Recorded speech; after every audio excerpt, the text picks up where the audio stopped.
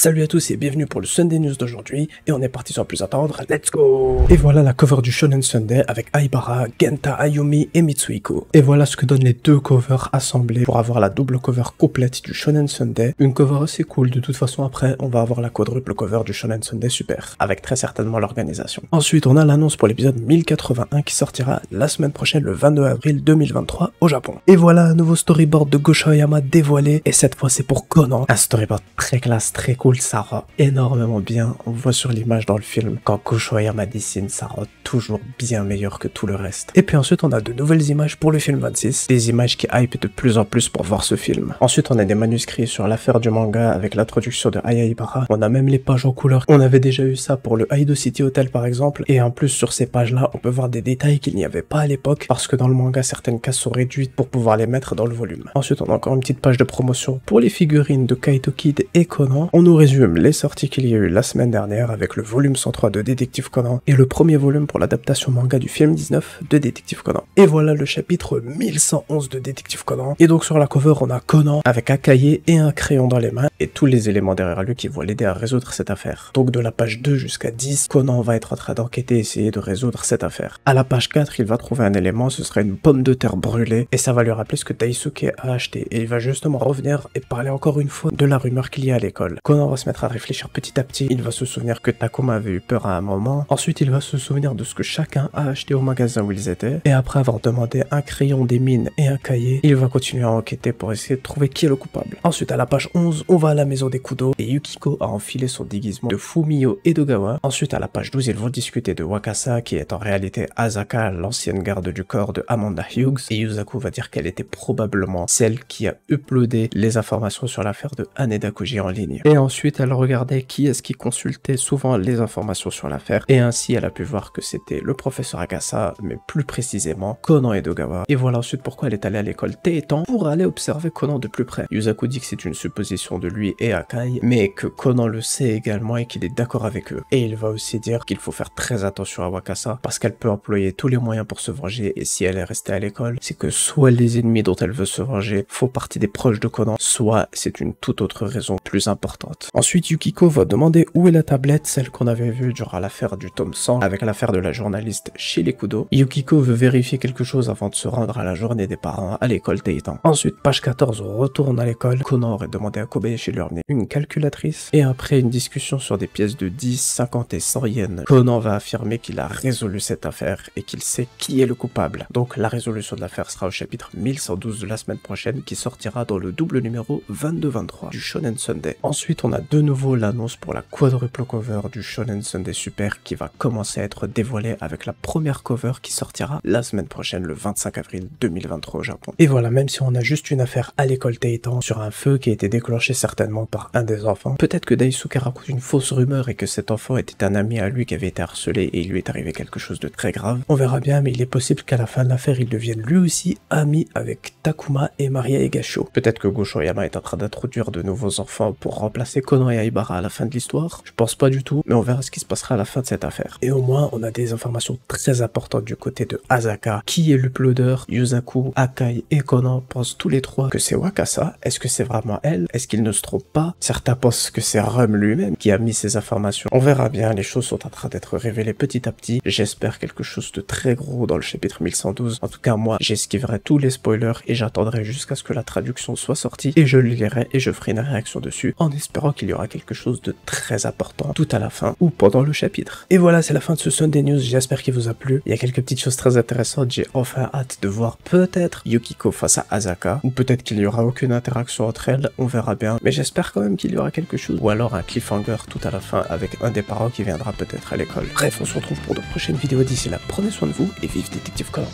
Ciao.